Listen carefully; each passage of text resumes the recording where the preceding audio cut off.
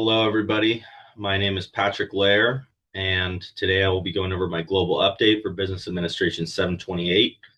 As far as the countries that I chose, Germany, South Africa, and Taiwan. These are some of the links that I used for table completion and the answers to the written responses. As far as the table, as far as population goes, Germany has the most. Obviously, it's bigger than South Africa and Taiwan, but Germany leading with 84 million.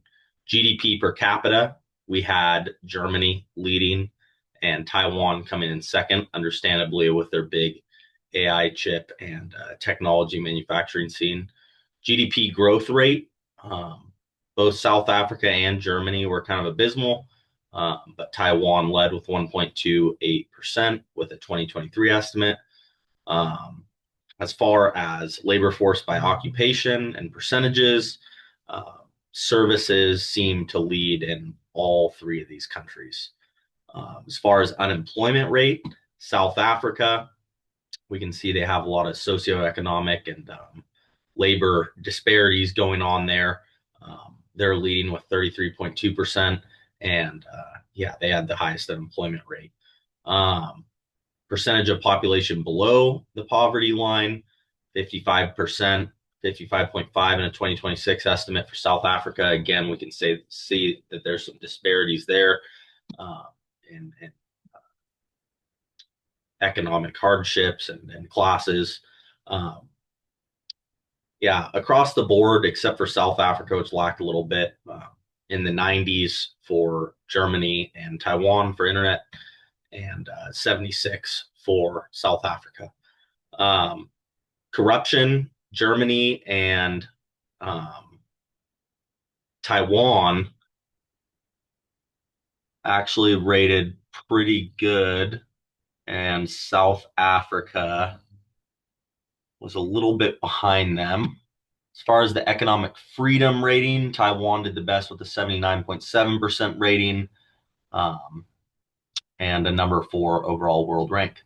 So why I chose these 4 countries? I chose these countries because I feel like they give a good variety of global economies with different sectors of their economies being strengths, such as Germany being engineering and, different things like that, being from 3 different regions of the world, 1 from Europe, Asia, and Africa. For number 2, provide an analysis of your findings. What did you find interesting when comparing similarities versus differences? When comparing these 3 companies, the most striking difference to me was in economic maturity. The labor force and institutional strength, while there are similarities in how all of these countries are being shaped by structural pressures rather than short-term shocks. Germany and Taiwan both showed lower unemployment rates, like I was saying before, reflecting good labor markets and relatively strong workforces. Taiwan's economy is on the rise, driven mostly by tech manufacturing and large global demand for semiconductors and the AI-related technologies and chips that they manufacture. While Germany, on the other hand, is experiencing what some would call economic stagnation. Despite having a skilled workforce and better than average infrastructure, I guess labor availability alone does not guarantee growth, productivity, and work norms like others, like hours worked, and economic policy matters just as much. When reading about South Africa, they really stood apart in the sense of their extremely high unemployment rate and poverty rates exceeding 50%.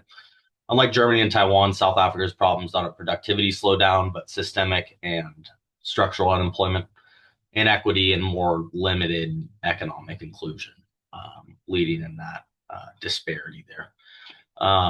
Even with a natural resource advantage pertaining to precious metals and other minerals such as gold and different precious metals, like in South Africa, growth remains modest because the gains and profits are not distributed equally across the board.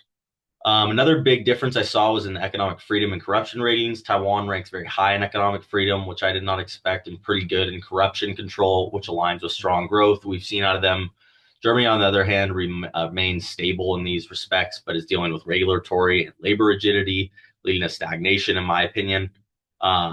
After drawing these comparisons, I think that it's safe to say that the growth is not just driven by a country's wealth or resources, but how well labor policy and government and institutions work together in unison.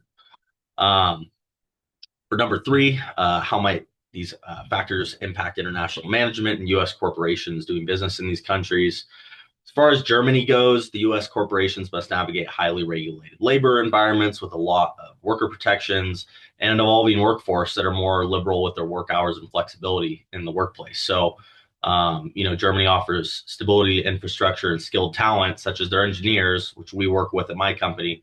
But firms from the US might face higher labor costs, lower flexibility, and maybe even problems with their productivity. Definitely, if the reduced work hours fad continues.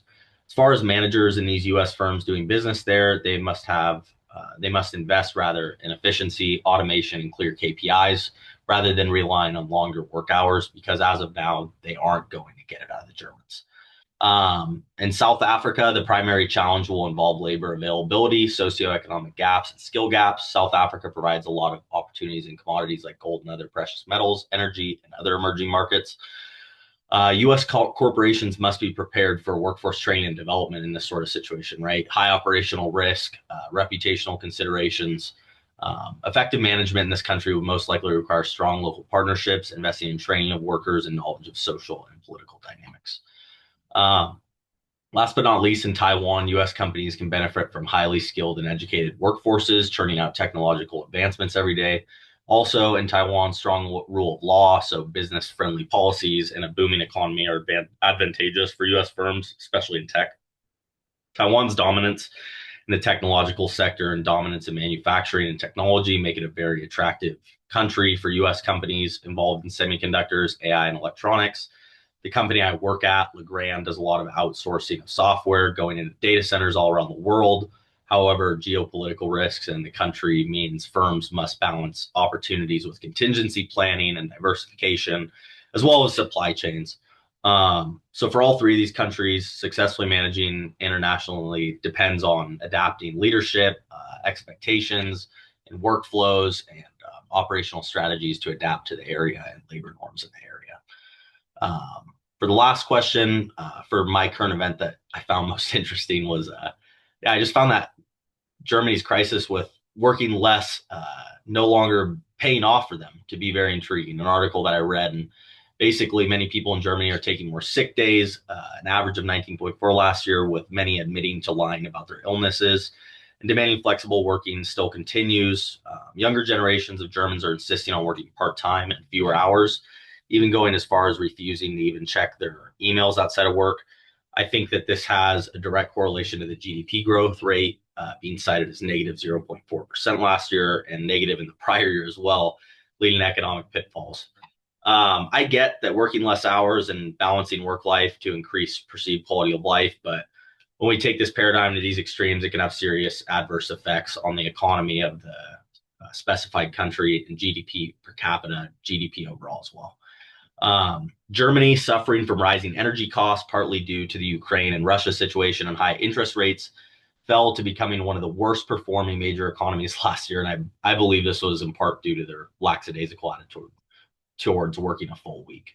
So, thank you guys very much. Again, here's my chart fully filled out, and I look forward to some feedback from you guys.